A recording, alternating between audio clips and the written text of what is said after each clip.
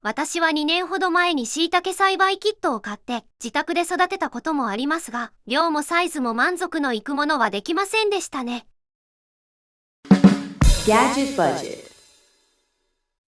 皆さんこんにちは。ガジェットバジェットのなおです。皆さんはゲームやりますか？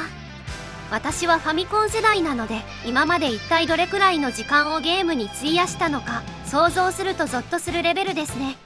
今年もビッグタイトルが目白押し。キャッスルバニアにエースコンバット、ドキのオカリナのリメイクもありますよね。全部やりたいけど、とても時間が足りないです。特に最近のゲームはやり込み要素や隠しミッション、さらにはダウンロードコンテンツなど盛りだくさんで、最終ボスを倒したら終わりではないので、とても長期戦になります。そんな最新の対策ゲームも好きですが、レトロゲームも好きなんですよ。ほんの少しの息抜きにパッと始めてパッと終われる手軽なゲームが多いのが魅力です。無制限にやるのではなくて、ゲームオーバーになったらやめる、ステージ3まで行ったらやめるみたいな小さな目標を設定して気分転換にサクッとやるのがいいですね。私もレトロゲーム好きだよ、やってるよという方はぜひコメント欄で教えてください。というわけで今回はゲームです。ドリームギア LLC という会社をご存知ですか？ミニチュア筐体のレトロゲームを楽しめるマイアーケイドシリーズで人気のアメリカ合衆国カリフォルニア州に本社を置く会社です。この会社は多くのゲームメーカーから正式にライセンスを取得し、往年の名作を魅力的なデバイスとともに復刻し販売しています。ストリートファイター2の筐体なんかアートワークまでリアルに再現されていて胸熱ですよね。対戦台で小銭握りしめて並んでいたあの頃がよみがえります。私はレバーを握る際はぶっ刺し持ちなので、多分この筐体で技を出すのは難しいと思いますが、机の上に飾っておくだけでも映えますよね。さて、そんなマイアーケイドシリーズから今回購入したのはこちら、データイーストポケットプレイヤーです。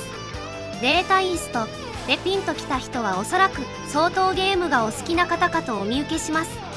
そう、デコの愛称で知られるソフトメーカー、あのデータイースト社のゲームが遊べてしまうゲーム機になっています。早速開封していきましょう。デコといえば何を思い出しますか？私はビーウィングや探偵神宮寺三郎シリーズ、ヘラクレスの栄光なんかが出てきますね。ちなみにバーガータイムもデコだったって知ってました？空想してから寝てくださいのナムコじゃないのと思った方、ある意味正解です。開発はデコだったんですが、1985年当時はまだファミコン参入前だったので、ナムコが販売したんですよね。ファミコン参入は1986年の B ウィングからアーケードからの移植ですが、もはや別のゲームと言ってもいいくらい遊びやすさやバランス調整されていましたね。そんなバーガータイムも B ウィングも入ってるみたいです。しかもボーナスゲームが300？これは楽しみです。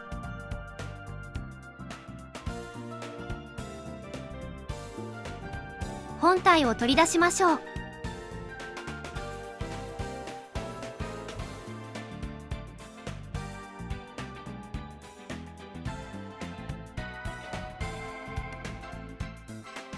まずはマニュアル。多言語対応で日本語もあります。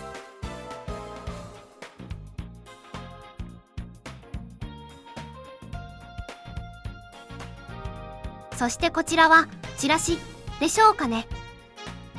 あ、スト2筐体ありますね。これ欲しいやつ。ロックマンにインベーダーもあります。どれも懐かしい。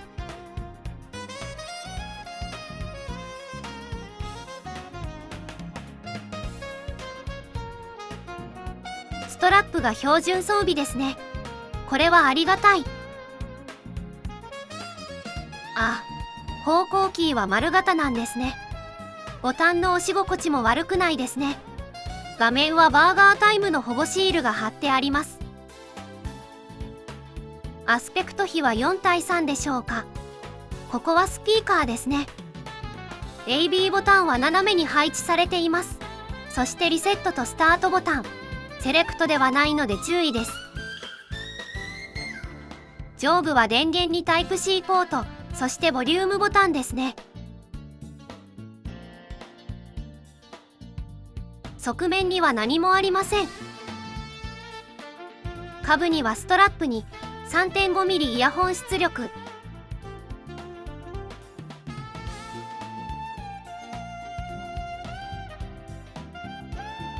裏面には収録タイトルが表記されています。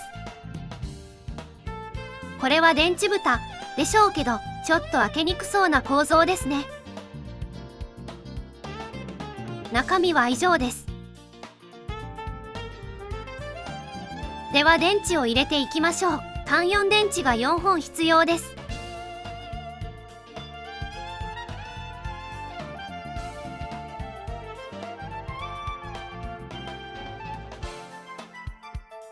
おお、起動早い。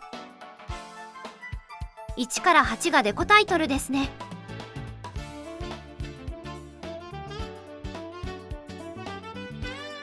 それ以降はちょっとよくわかりませんが、いろんなゲームが入っているみたいです。ここで選択してスタートを押すと始まりました。おお、B ウィングはファミコン版ですね。しかしセレクトボタンがないので 1P しか選択できません。独自ロムのようです。ということはコンティニューできない？ボルテージを取った後、どうやってウィング選択するのでしょう？まあいいか、とりあえずちゃんと動作しました。ガジバジくん、レトロゲームやる？データイーストとは、なおはマニアックだな。あ、知ってるんだ。通称デコ。設立は1976年で、もともとは電子部品の組み立てから始まってアーケード基板を作っていた会社だな。ピンボールマシンの製造においても世界的な大企業だったんだぞ。ああ、ピンボール筐体、最近見かけなくなったけど、そうだったんですね。2003年に自己破産しちゃったけど、ゲームの権利は複数の会社に引き継がれ、現在でも様々なハードで遊べるようになっているんだ。このデータイーストポケットプレイヤーには308本のゲームが収録されているけど、そのうちデータイーストが開発したゲームはこちらの8本だ。ということは残りの300本は中国や台湾のソフトウェア開発会社が作ったファミコン風レトロゲームだな。よくファミコン互換機なんかに搭載される 200in1 のようなゲームの詰め合わせだ。そうなんですね。あれ、ちょっとこれ大丈夫ですか？明らかに何かとそっくりなゲームが入っていますけど。そう、コントラやロードファイター、サーカスチャーリーに名人の冒険島。もうファミコン世代ならパッと見でオリジナルがわかるものばかりだよ。完全なコピーじゃないから違法性はないけど、かなりグレーな部類のゲームだよね。さて、その他のスペックだけど、画面サイズは 2.75 インチ。本体駆動は単4電池4本か、タイプ C で動作する。バッテリーは非搭載だ。そして 3.5mm 出力があるから、ヘッドホンで楽しむこともできるぞ。エミュレーター機だと、本体の技的問題や、ロムや BIOS を自分の所有する機器から吸い出す必要があり、プレイするにはなかなか敷居が高いけど、これなら安心してレトロゲームを遊べるぞ。